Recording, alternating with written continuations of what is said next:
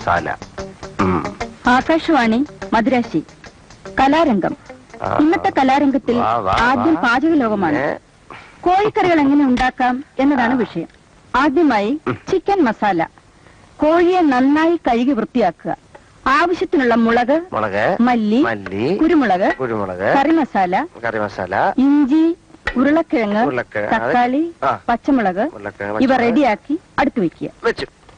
മുളക്, മല്ലി, കറിമസാല, വെളുത്തുള്ളി ഇവ നന്നായി അരച്ചെടുക്കേണ്ടവയാണ്.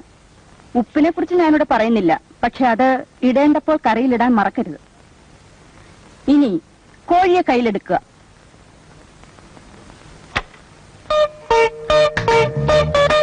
ഇനി മെല്ലെ ശ്വാസം അകത്തേക്ക് വലിക്കുക.